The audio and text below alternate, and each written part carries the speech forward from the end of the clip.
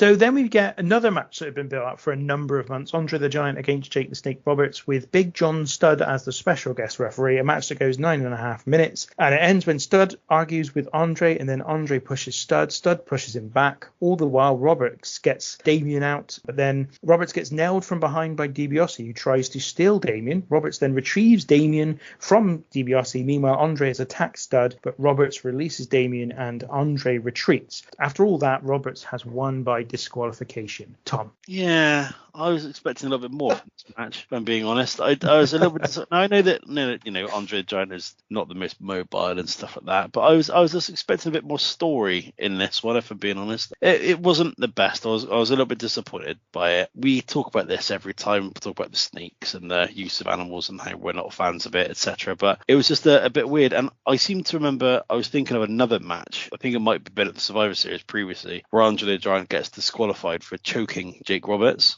constantly, like just going right up to the 5 count and then stopping and then going back again because he hates him so much. So the Survivor Series. Yeah, I think so. And I was hoping that match was going to be, or that spot was going to be on there, and it wasn't. It goes through Andre's usual spots. He does his arms in the rope spot and all that sort of stuff. But yeah, it was okay. But at this point, I'm kind of thinking to myself, like, we've seen a lot of matches now, and this should be one of the flagship matches, and I didn't really enjoy it as much as I thought I would. Yeah, to be fair, I can't really disagree with that. There really wasn't much to it. Pretty much the most of it was just Jake trying to, get the snake to Andre, and Andre, trying to appearing to be scared of the snake, which, all right, okay. I mean, pretty much the only offense that Andre pretty much had was choking him, like every bloody minute or so. He's trying to choke. I was like, all right, okay. And this was just really boring.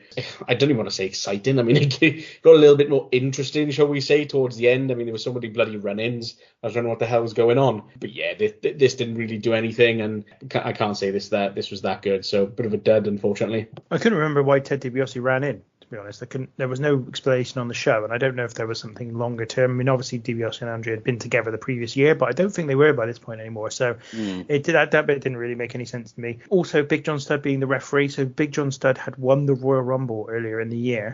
Why he had won the Royal Rumble, no one knows, because he didn't do anything with it. He didn't give him a big push. He wasn't like put in a main match at the year's WrestleMania.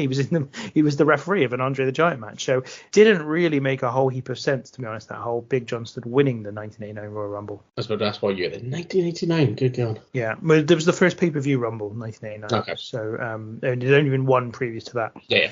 Demolition out as 1 and 2 as well. Lovely old job. This wasn't a very good match at all. It was what Andre the Giant could do. It was also what this story had pretty much done since the beginning of it. So as you said, Tom, there's the match at Survivor Series where they're on opposite teams. Andre gets disqualified because he keeps choking Jake Roberts in exactly the same way. He kind of does here, but a little bit less persistently.